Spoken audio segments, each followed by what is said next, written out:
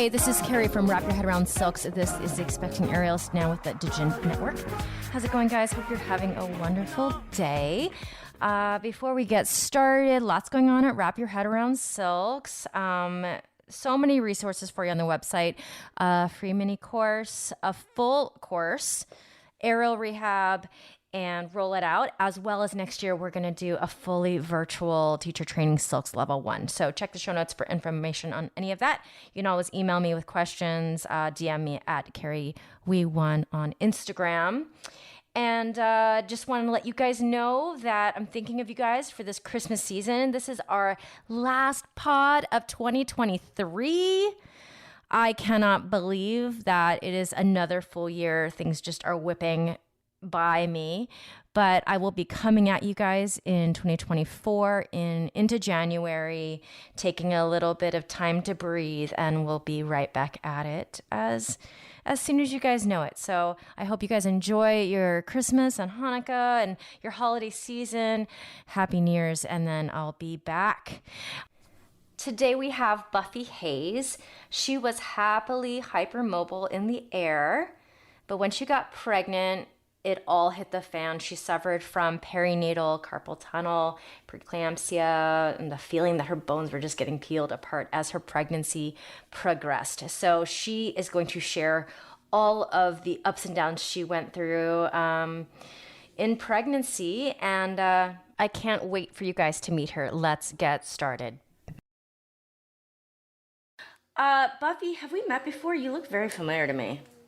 I don't know if we've met before. I was in Virginia for some time, and now I'm in Austin, Texas. So I don't know if you've ever been in those areas. God, but Austin has you guys have a lot of aerialists out there. Actually, we do, yeah. Do you know Ruth Wu? I don't know. Okay, how about oh my God, I had 2 ladies on the podcast. Just had 2 ladies, and they're leaving my brain. At least 3 or 4. Where do you train? Sky Candy. Yeah, everybody does, right? That's like the spot. It's the place to go. No joke. It really is. It's amazing. Okay. All right. So Buffy, you shared your story on the Aerial Mamas group, and I saw that, and I was like, oh, I should have Buffy on here. So if you would just introduce yourself, a little bit about where you live, your family, your practice, and then we'll start with your pregnancy. If there's a story before your pregnancy, we'll get into all of it. Yeah, sure. So I started training in 2014 in the Washington, D.C. area, technically Northern Virginia. I started off with pole. And honestly, silks was kind of something that I'd always wanted to do. It was ever since I was a little girl, I didn't even know what it was called. I just knew it was the girls on the ribbons because I went to Ozfest in 2003 and I saw them performing with a heavy metal band. And I was like, I want to be that when I grow up. I was 13, by the way, at the time at Ozfest. And I didn't know what it was called, but then became an adult, discretionary income. Was like, oh, dang, there's a place that does it right here. But I was so afraid of failing that I did pole first because it seems to be a theme in my life where I'm like, I am so scared of failing at something. I need to prep myself up. Yeah. Pole is so hard, though. How is that Well, I don't know. My brain was just like, well, I'm less attached to poles. So let me try that first and see what muscles get fired. And then I'll go to silks. And then honestly, silks just became my absolute dream and love. And I started performing right away. I have a music and a theater background, so I felt like, it really melded well into performing. I was in a pole sport organization competition there in Virginia. I did not place or anything. It was, I have my own thoughts about competitions and judging and everything. But then I was part of this troupe called Vaudeville Game Night, and we were like a burlesque troupe that had some different influences of things. I did pole there. I brought stage pole, and it was a video game themed burlesque show that we did where there was a music there was music, there's a band that played, we had game consoles, and at the end it was our little act, which we called bonus round. And it was just a slew of of like vaudeville burlesque kind of acts. And I would do a themed pole routine to a video game. And it was really fun. We had a blast doing that. And then I moved to Austin because I could no longer afford to live in the DC area, and I got a transfer with my job. Found Sky Candy. My whole plan was like, I'm going to start a vaudeville game night here in Austin, and I'm going to do the festival circuits, and everything is going to be great. And then COVID happened. Oh, And that. all of that derailed all of that. My progress, of course, everyone's progress stalled out then as much as we tried to do things at home. And all of those ideas and dreams just kind of like went by the wayside. And I finally was getting my strength back. I was finally kind of getting back into the group of things. And then I got pregnant in the early 2022. Planned or surprise blessing? It was planned. Okay. So it was planned. Okay. We were like, okay, we've moved. We finally built a house. We were able to do that here in Austin. Again, it was impossible to think of doing that in Virginia.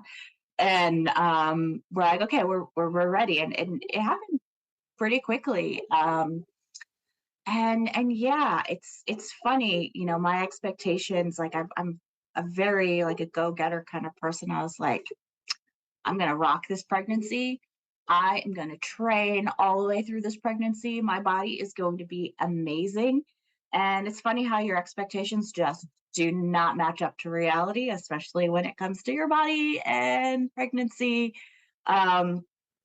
Yeah, so I was already set to perform when I found out I was pregnant. So I did end up performing at 7 weeks, and I was already showing. Like I started showing very quickly. I started getting bloating very, very, very fast. And by 11 weeks, I was doing a open studios practicing, and it was like something just switched. It was like overnight, all of a sudden my body was just saying no, no, no, no, no, no, no, no, no. Like all I could do was climb. If I got into a hip key, if I did anything that wrapped around my legs, the round ligament pain just destroyed me, and it made me feel like my body was just going to literally come apart. And all of these signals were in my body that were just like, do not do this, do not do this. And I just kept growing and growing. My stomach just, I blew up. And I realized I just can't. I planned to train. I had all these ideas like I was going to train. I grew up with taking classes with other women who were pregnant and farther along. So my idea was like, I'll be able to do that. And yeah, it didn't happen. Were you suffering from morning sickness at all? So that's the thing. I felt so lucky because I was not experiencing any nausea. Okay. I was like, this is great. I'm going to be fine. No nausea. But then it's just the physical toll on my body. It just, not only did I gain all this weight, and very, very quickly, I ended up getting the same thing that you had Hallie on, the carpal tunnel. I got the carpal tunnel real bad. Couldn't sleep at night. It was waking me up. I couldn't type. I couldn't write. I play video games. Couldn't play video games. I couldn't even like hold a book without it just going numb and shooting pain. I had to dictate all of my emails for work. I had to do voice to text for everything. I couldn't use my hands. So, only thing I could do was, I'm trying to keep my body up, just walk. I'm walking around the neighborhood, but then my hips and my back start going. And the swelling gets really, really bad. And I'm just trying to support this belly, and my lower back, every time my hips are like, feel like they're spreading apart and just falling to the sides. And I just couldn't get comfortable no matter what I did. And it was a very uncomfortable pregnancy, to say the least. Yeah. Okay. How old are you when you were pregnant? So I got pregnant at 33. Okay. I'm 34 now, about to turn 35.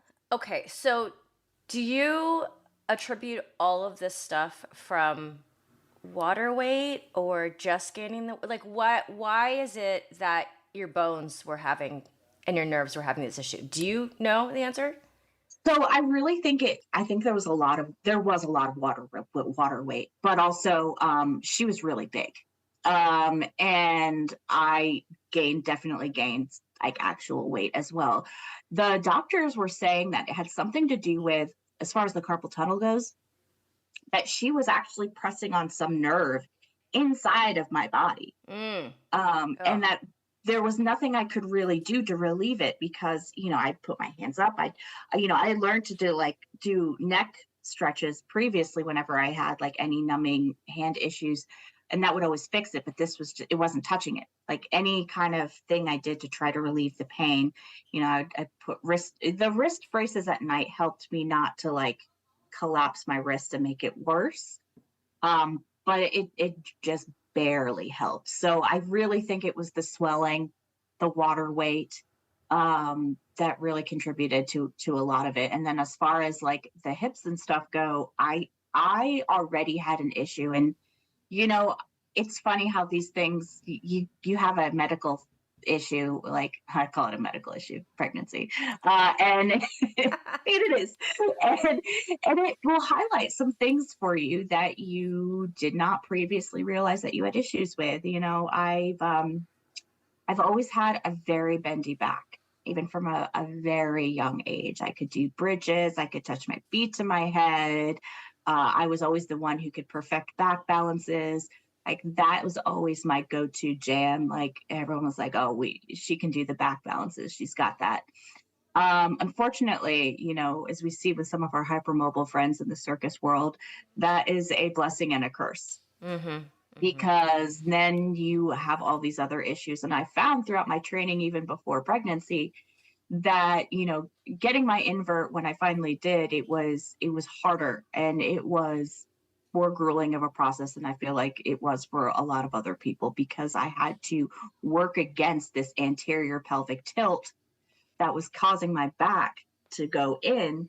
And in order to flush it back again and truly activate my abs, I had to work like twice as hard, and learn how to do that. So when I get pregnant and my stomach is out to here, all that did was exacerbate that already existing anterior pelvic tilt in order for me to support the belly that was growing. And again, I grew very fast, very quickly. So it was forever. Like it started so soon and just kept getting worse. And I'd put on the belly bands and everything, and it just barely hit it. So then I'm like trying to walk to help with like the weight gain and everything, and eat right. But then walking ends up being a difficult as well, because I can't stay on my feet for very long before feeling like my back and my hips were going to collapse. So it was a rough pregnancy. I will say the things that I did to combat it, that I would suggest for anybody. As hard as it was, I committed to prenatal yoga every week on Sunday morning.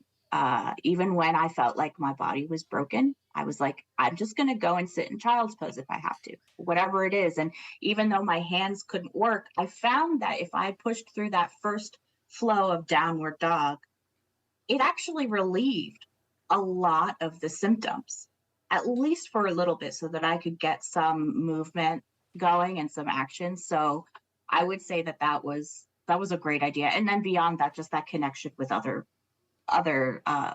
to be moms, and just kind of getting that check-in every week, what I think was like really, really helpful just for my mental health and getting out of the house. So I think that helped.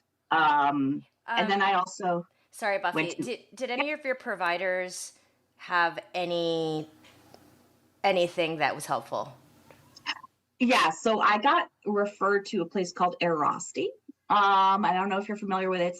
It's like a chain of, they do a mix of massage and PT. Okay. And so I started going there, and it was a little bit more towards the end of my pregnancy. It was pretty affordable. I was really surprised. It was like $15 a visit. And I went in there and they spent the first part just kind of noting where my pain was and trying to do a little bit of massage and like, point work. And then after that, they would give me some PT exercises to do. So I was able to work a little bit through some of that. And honestly, between the prenatal yoga and that, I think that's how I survived. Because it just gave me a little bit of the relief I needed to feel like a normal person for even the tiniest amount of time is like really important, because just having that consistent pain or that consistent like discomfort can really bring you down. Yeah, Oh mentally. yeah. Mentally it can bring you Yeah. down if there's no break.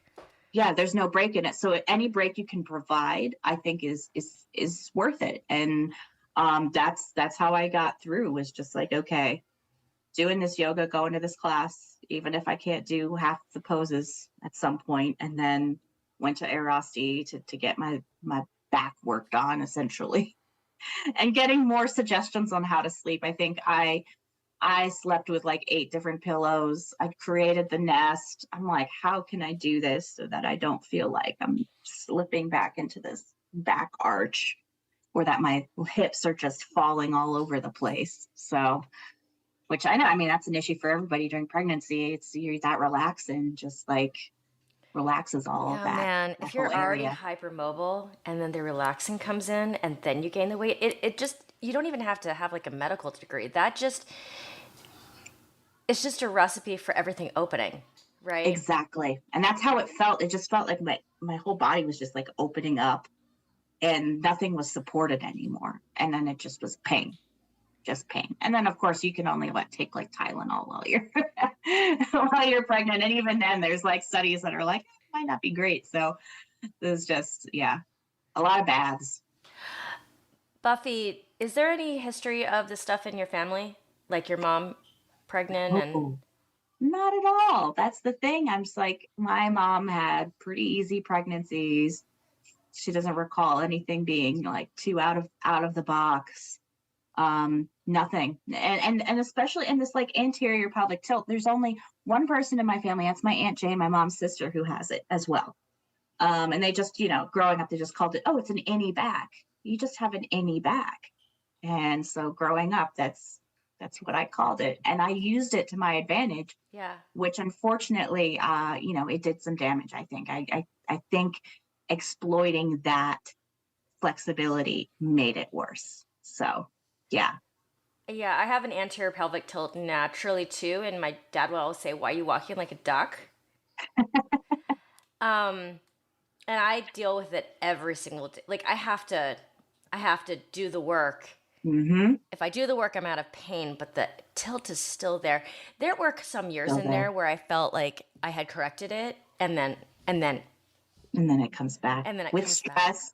I mean, sometimes Yeah, if you don't think about it for just like a couple of weeks, like it yeah, can come back. Like, and that's, I mean, I'm still dealing with it. That's part of my recovery as well. Is, you know, um, like I said, there's like, pros and cons to all of this. And I guess like the pro is that I learned that this was a more serious problem than I ever realized. And I really needed to, focus on it, especially in my recovery after pregnancy too. And then I got preeclampsia. oh So goodness, like when in the pregnancy? it was pretty late I mean, I was like 30, 31 weeks maybe when they diagnosed me. I had to do the whole pee in a jug for 24 hours thing, which was great. And yeah, and I was like, oh no. One more thing. Do not add one more One more thing. thing. And then, of course, that was my biggest fear, because I had so many friends that had gotten preeclampsia, and a couple of them like had some serious issues in the hospital where like they were like, one of them like almost died. And so I was like my biggest fear. So when I got the diagnosis, I was like, oh crap. So I'm like, preeclampsia is high blood pressure. mm-hmm. Okay. Yeah, yeah, yeah. Okay. How does this, because you're still young enough to have a bigger family. Yeah, sure. What does it make you never want to be pregnant again? I'm going to be honest. I really did not enjoy being pregnant, and Oh I yeah. really don't want to be pregnant again. We've talked about it. We've said, hey, if it happens, we'd rather it happen like 5 years from now and have like a big age gap, Yeah. because that's my husband and I, our siblings are further apart in age, and we feel like that aided our personal development, and how like our relationship with our siblings, we feel like that was a good thing. And then, we didn't have to deal with, our parents didn't have to deal with like 2 under 2 or anything like that, where it's just like, there's just kids upon kids. And actually, when my daughter was really young, we visited my family, and my brother, he's got 2 kids, and they're very close in age. And it was a zoo. It was just a zoo. She was over 1, and he had just turned 3, and they were just crazy. And my husband and I looked at each other. We're like, we're not going to do that. We're not going to do that. I love them to death, but it just seemed like so much work. And so, whatever happens. But, the idea here is, if it happens again, it's going to be maybe a little bit further in the future, because I need my body I just need to recover personally. Yeah, and then hopefully amnesia sets in. Maybe. Well, that's what happens to everybody, right? Right. I mean, some more than others.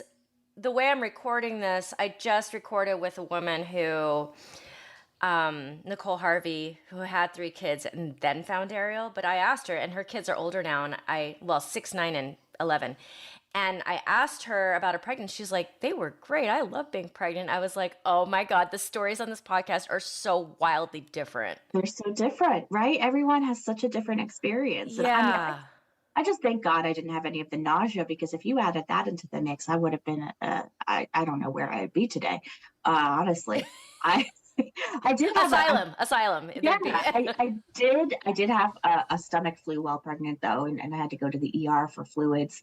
And that sucked. I was like, if this is anything like people when they have nausea, awful. Well, we just had the actual stomach flu in our household, because Bina's 4, and she's at that age where she's just like, she comes in contact with those germs, and her body's like, what do I do with this? It is horrible, because I'm throwing up, and she's throwing up, and I'm having diarrhea, then she's having diarrhea. You're trying to take care of her, and it's like, I got to take care of myself too. And yeah, and there's not enough sheets in the house to put new fresh sheets on the bed. It's just like, oh my God, there's so many fluids happening. And then in pregnancy, oh my God, Buffy. Oh my God. Okay, so were the stars more friendly to you during the labor? I wish I could say that. Oh, please tell, while I wipe the boogers off the snows. Come here. It's okay. My shirt was covered in boogers earlier today. Yeah, but you can go ahead and tell your story. Yeah, so so because of the preeclampsia, they had to induce me. Also, she was growing so big. They were like, oh God, I was at like 35 weeks, and she was already 8 pounds. Wow. Estimated. Now, of course, those are estimates. They're never really correct. But he was like, we got to get you in for an induction. So I was scheduled for an induction right at 37 weeks. And I actually had to wait an extra day, because the hospital was full up on beds. And so then I get in, and they do the induction. Well, I get a Foley balloon, and to open up my cervix. Most painful experience I've ever had in my life. I'm not going to lie. Really? It was so painful. I was just not expecting it. And there was a lot of blood. It's gross. And then after that, like, I instantly started getting contractions that were horrible. They haven't even given me Pitocin yet. And I'm just sitting there like, I'm dying. And they're like, you haven't even dilated. But I'm sitting there with like awful contractions. So I get an epidural before I even get Pitocin. Like, it's like at this point, like midnight or something. And they had to do the epidural twice. It didn't take, and it was so painful. And guess what they had me do? They said, hey, sit on the edge of this bed and bend over so that we can see your spine, and make sure you push back. Hey, I have an anterior pelvic tilt, and I'm pregnant. And you're telling me to bend over and push out my spine so you can give me this epidural. And it's already hard for me to do something like that. And I knew they were going to have problems. And sure enough, they did. Had to do it a second time. It was so painful. So that was like the second most painful thing that happened. And I'm sitting there like, okay, well, whatever. I'm getting the Pitocin in the morning. Let me try to sleep. I'm trying to sleep, but every time I go to sleep, I start to snore, and the O2 sensor goes off, and it keeps waking me up every single time. Oh, goodness. And then the power goes out in the hospital. So it was kind of a planned power outage because they were renovating, but they didn't expect it to go as long as it did. So I'm still fine. I'm hooked up. There's like emergency lighting. And for some reason, the TV is on the emergency thing. So the TV's still on. But the remote control that's wired into the wall Oh isn't. no. Oh my God, this is So it's terrible. stuck on mute, and it's stuck on Wonder Woman, actually, which was funny. I was like, Wonder Woman, that's appropriate. And then it moved to Shazam, which was like the worst movie in the world. I was like, this is awful. This is so terrible. And then in the morning, it was NCIS. So I'm looking at like dead bodies and hostage situations, and I can't change anything. It was hilarious. And then they come in, they give me the Pitocin, and I'm just still not dilating. I have not dilated at all overnight. They give me the Pitocin, the contractions ramp up again, and they just get more and more insane, even though I have the epidural and I'm pushing that button like, oh my God, this is terrible. And it was a lot. I went through 36 hours of labor. And then they said, we got to give you a C-section This is where I because was going in my head. I was like, do you end up with a C-section anyway? yeah. So they were like, you've been on these drugs for too long. Oh my Your water has God. been broken because they broke my water too to try and get things moving. And so they're like, your water's been broken too long. We got to get you in for a C-section. And at that point, I was just like, do it now. Do it now. I feel like I'm dying. Like this is the worst. And so it was like 2 a.m, and we go in. I get the C-section, and honestly, that was like as weird as a C-section is. I felt so relieved that it was just happening because I felt like Yeah. I was just strung along this whole time. And, they give you the extra drugs there too.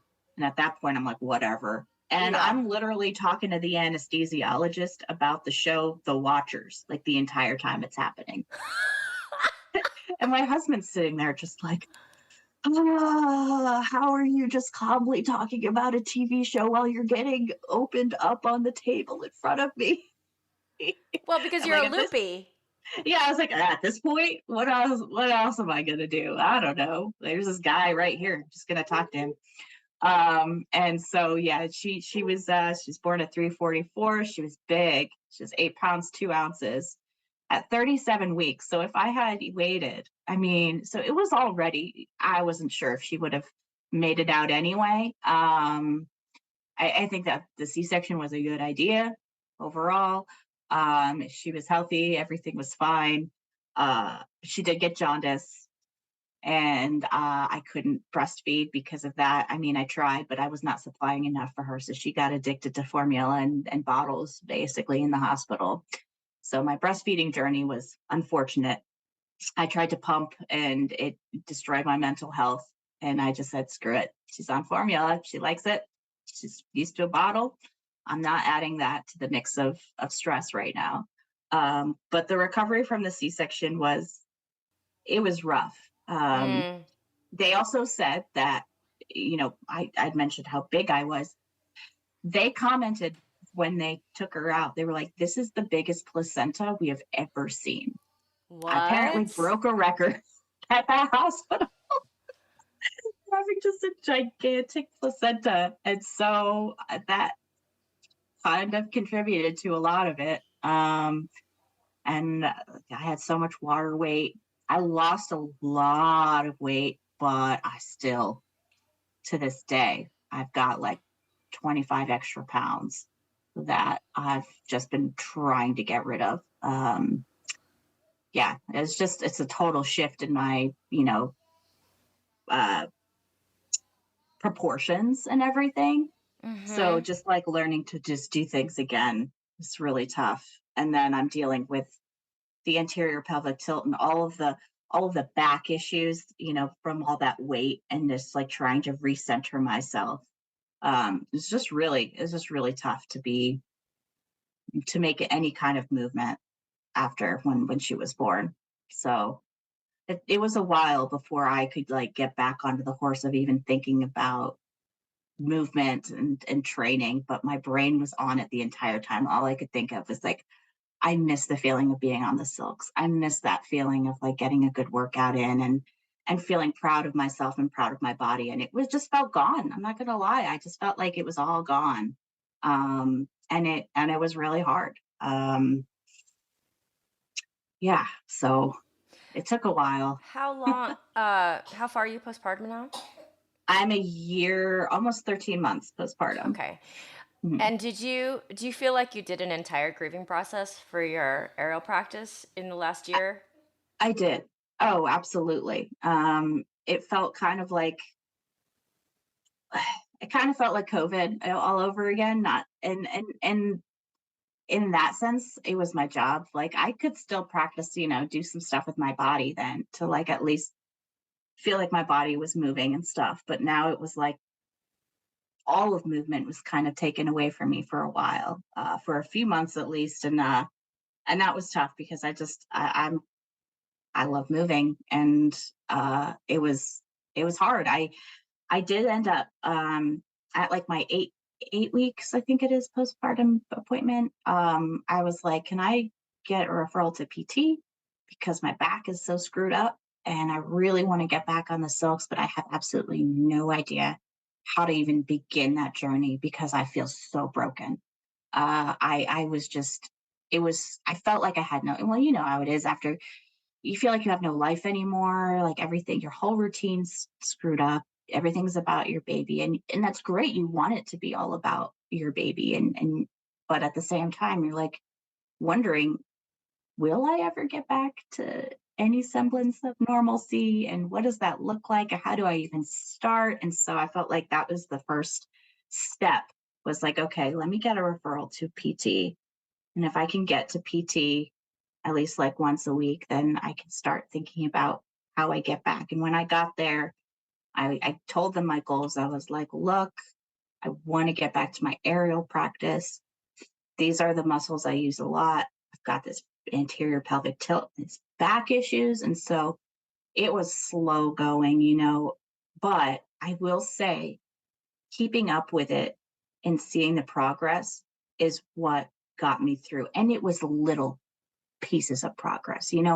We're doing exercises that previously were barely a warm up for me before, that would barely warm me up. But now here I am just trying to lift my leg without using my back and going up like my thighs going up like a few centimeters, maybe an inch. And they're like, good job. And I'm like, this is a nightmare. Like, I can't even move my leg properly. But then the next week, sure enough, it's like, oh, I lifted it like an inch and a half. And so I just kept on with those small wins. I think you have to compare yourself to yourself and where you were before and realize that those small wins are still wins for your body. I just held on to those because even though it seemed like holistically, I still couldn't see myself getting back on the silks. I could see something happening. I could see my body starting to rebound a little bit until I felt like, okay, now I've got a whole nother thing. I'm holding a baby. I'm lifting her up and out of a crib. So now I've got to learn, how do I get up out of a chair without going like this with my back and using my back to get the momentum up. And so little things like that were tweaked. PT was like, hey, use your legs, do this. And that helped a lot get my body kind of also in that mental space of like, okay, work with your body, work for it and not against it. Kind of a thing. So again, PT, highly recommend once you have even the ability to get outside of the house. Like, I didn't even think I could move at all. But they were able to get me to like do the littlest of exercises to make me feel like I had some progress. Well, Buffy, I'm also thinking, I say this all the time on this podcast, the 3 months after she was born probably was the worst of my life. Yeah. In a way. Oh, yeah. In a way. Yeah. Obviously, I'm so, I wanted her. I'm enamored, but, she's the best thing. But when it came to all the other things, it was so hard.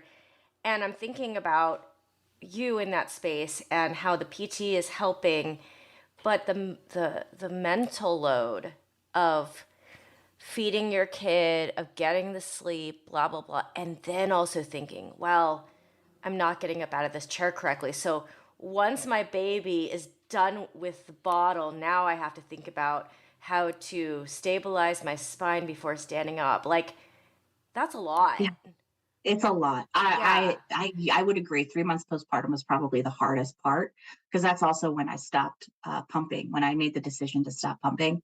Because I had been doing it for the 3 months, and it got to a point where you know, okay, you're feeding, put them down, then you wash all the bottles and all the stuff, and then you pump, and then you have to wash stuff again, and then it's only 20 minutes until they wake up again. And I was like, when am I going to eat? I'm shoving snacks into my mouth whenever possible. I'm not even like paying attention to what I'm eating at this point because I just need to get some energy in me.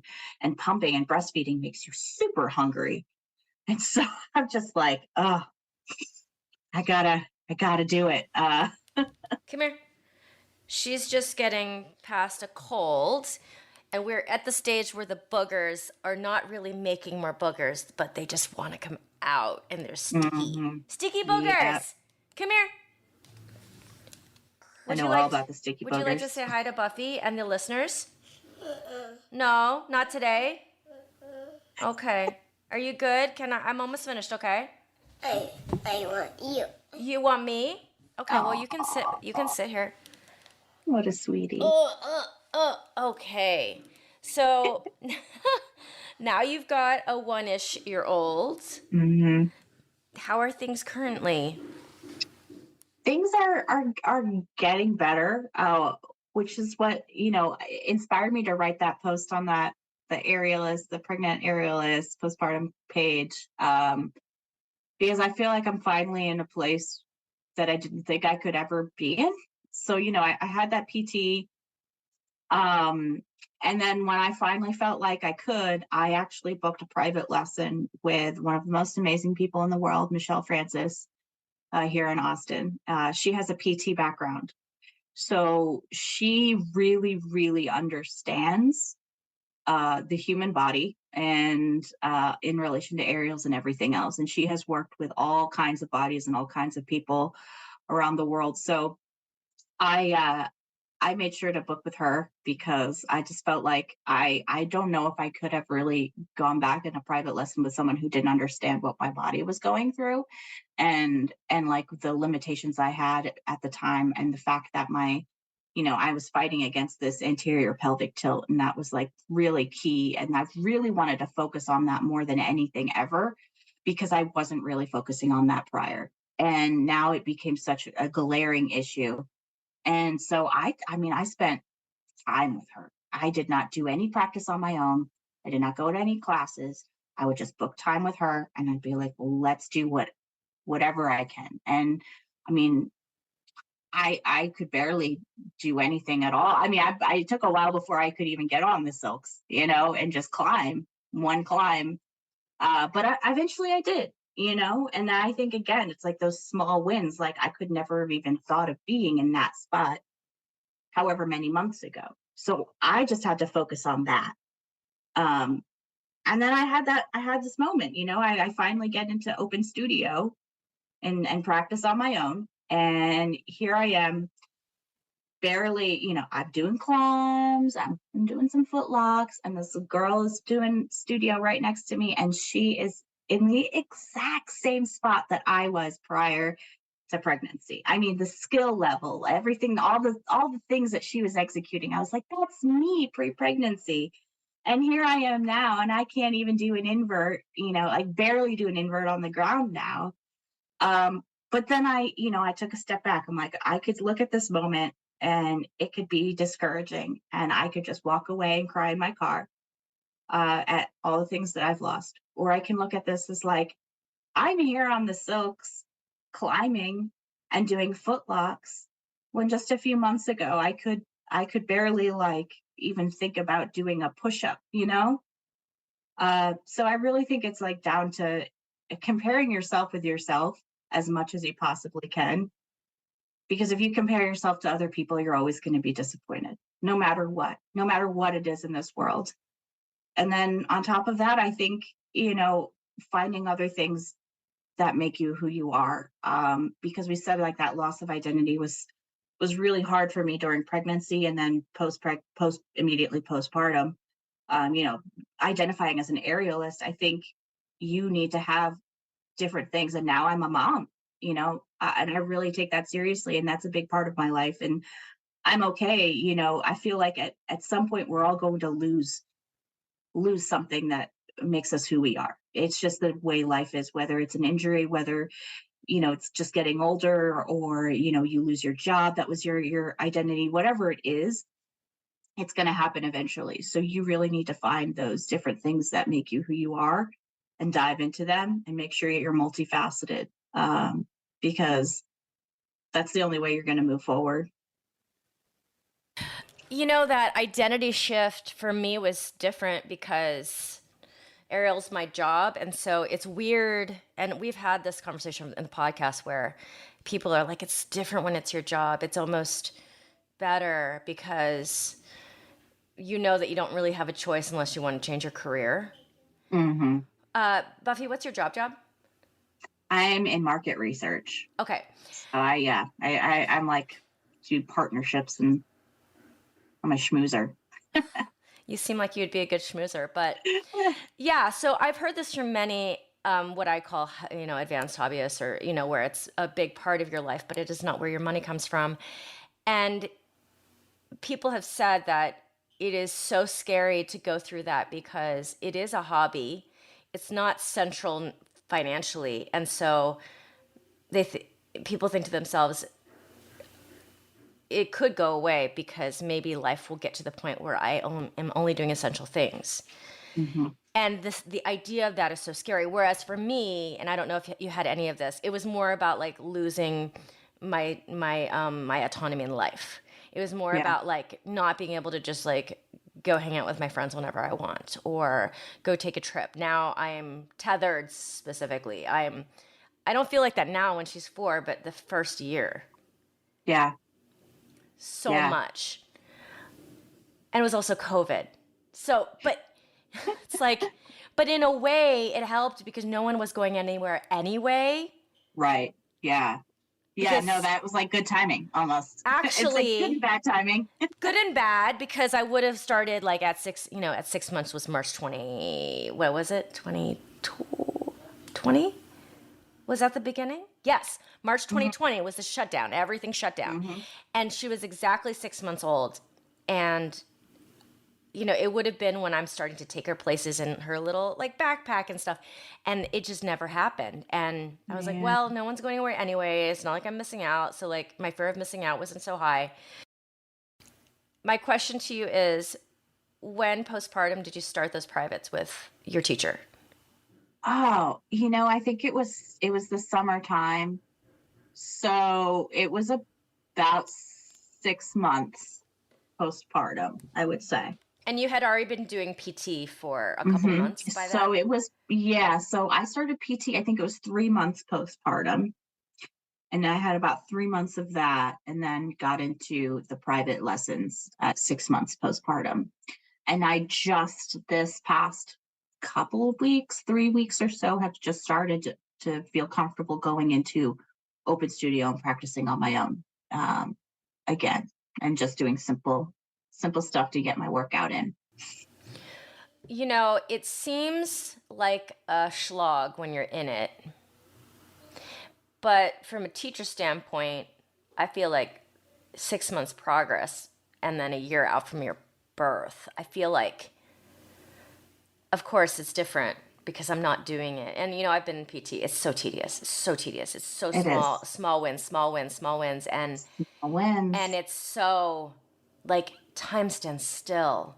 It feels like time isn't moving. But then from an outsider's perspective, I feel like that's really good progress. Like I feel like that's pretty fast. Like I've seen people who are not as mindful and are not as like focused on it, and they'll go to class randomly over 4 years and still not get like a good invert. Yeah. So, but it's such a different viewpoint from being the person in it. Yeah. I mean, and that, I think everyone's so different. Everyone's bodies are so different. It's so hard, there's no one size fits all kind of thing, but I think there's really something that to tenacity to really making it important. Yeah.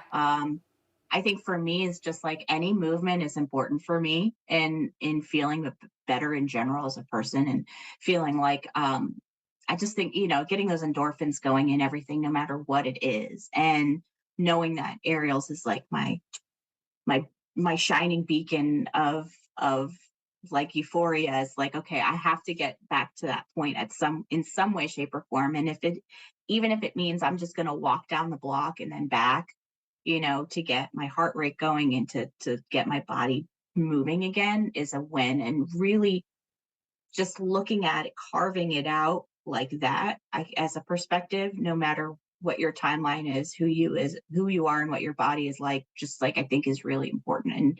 And that timeline is going to be different for everybody, right? But and it's so easy to get discouraged to hear other people's stories, like that's what it was for me. Is like, I would see these posts sometimes of people like talking about, and I'm like, yeah, but you got back to your like weight right after, and me, I'm still dealing with this extra weight that I feel like is really hindering me, like, doing everything. But you can't compare it. You have to just carve things out a little bit at a time, and then look back. Okay, where was I 3 weeks ago? Where was I a month ago? And even that little bit of progress is progress for you to celebrate. Um, I don't know. I just feel like, and that's just kind of how I approached things, because I didn't want to be dejected and fall into this, depression hole that was so easy. And yeah, there were times I've cried and I've just been upset about everything. And I think that you got to do that, but also you just try to stay on with doing any little thing you can, and not to take any setback either as like you're going backwards and just giving up. I think it's just trying to keep moving, no matter what that is. That's why I did, even though I had the carpal tunnel, did the prenatal yoga and whatnot, because even just going there and doing a little bit made me feel a little bit better. Yeah, and in the moment, it's so hard it's just so hard to get there to do it, because once you do it, you'll feel better. But like, I think a lot of people stop right there, Yeah. A lot of Yeah. people Oh, just like, fuck it. that's what I Yeah. mean. Like, Yeah. there were times when I was like, I feel like miserable. I got to get up on a Sunday morning, go to prenatal yoga, when I feel like absolute crap. Like, I slept terribly. My back feels like it's dying. My hips are swaying all over the place. I can't feel my hands. But at least I could feel my hands enough to drive, but which was pretty amazing. I'm not going to lie. I had to drive with one hand sometimes, but that's Wow. okay. And I was like, I just have to get myself there. And sometimes it's just like, you just got to take that little extra step. And then, yeah, once you're there, you do it, right? You do what Yeah. you can, Yeah. and you feel better. You always do. You never, that's why I always try to remind myself too, is like, you never regret it. No. There's never a Yeah. time where you get done with a thing, whatever it is, the walk down the street, the drive to the yoga place. There's never a time when you're like, man, I really wish I hadn't done that. Like, it never happens. And the carpal tunnel, is it gone postpartum? So it lingered for a little while. It got significantly better once that baby was out of me. I'm not gonna lie. Like, I just felt the relief, like, in the hospital. I was like, my hands. But I was still definitely feeling a little bit of tingly and numbness for a few months. And then I still occasionally will get some like random pain that comes up.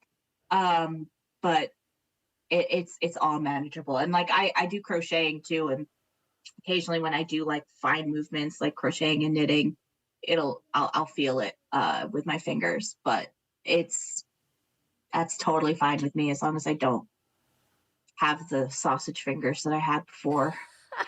It Yeah. was so bad. Yeah. Oh my God. Buffy, I'm not happy you went through all that, but your story's perfect for this podcast. Oh, thanks. Like, It's it. it helps other women, because I am sure there are many, many women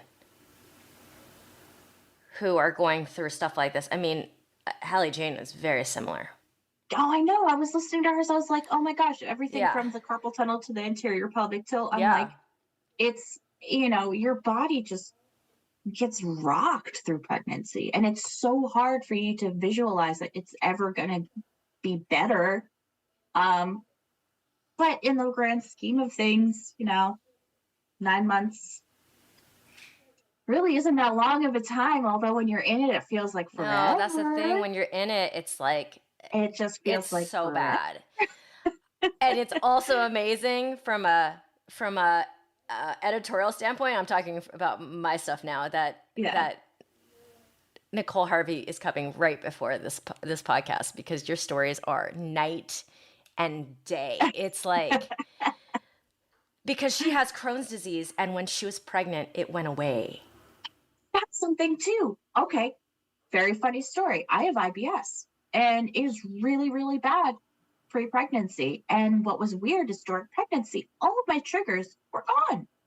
Yeah, I had that. Yeah, I had some of the same. I was like, this is crazy. How is it that I can now eat these things that I couldn't eat before while I'm pregnant? I expected it to be way worse. And honestly, because of that, I thought I'd have nausea too. And it just didn't happen. And then now I find that my triggers have changed. Now that I'm postpartum, I've got a little bit of IBS back.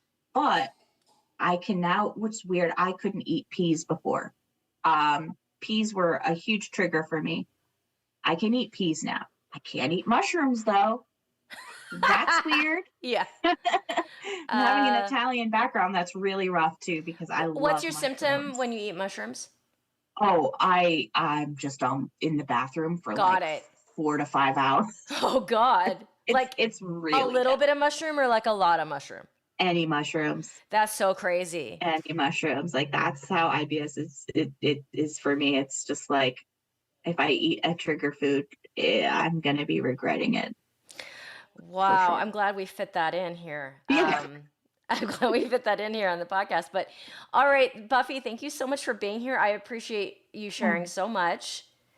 I'm so glad to be here. Thanks so much for inviting me. And I was just, humbled and I'm just happy to provide perspective for everyone. It can get better. You just got to keep at it. Thank you so much, Buffy, for carving out the time for us and sharing all about your story. Is so much stuff happened. So I'm sure it will help a lot of the ladies out there who might be going through the same thing. All right, my friends, lots over at wrapyourheadaroundsilks.com. Go ahead and go there and check out all the free resources that you could grab, and have an amazing holiday. I will see you guys in 2024.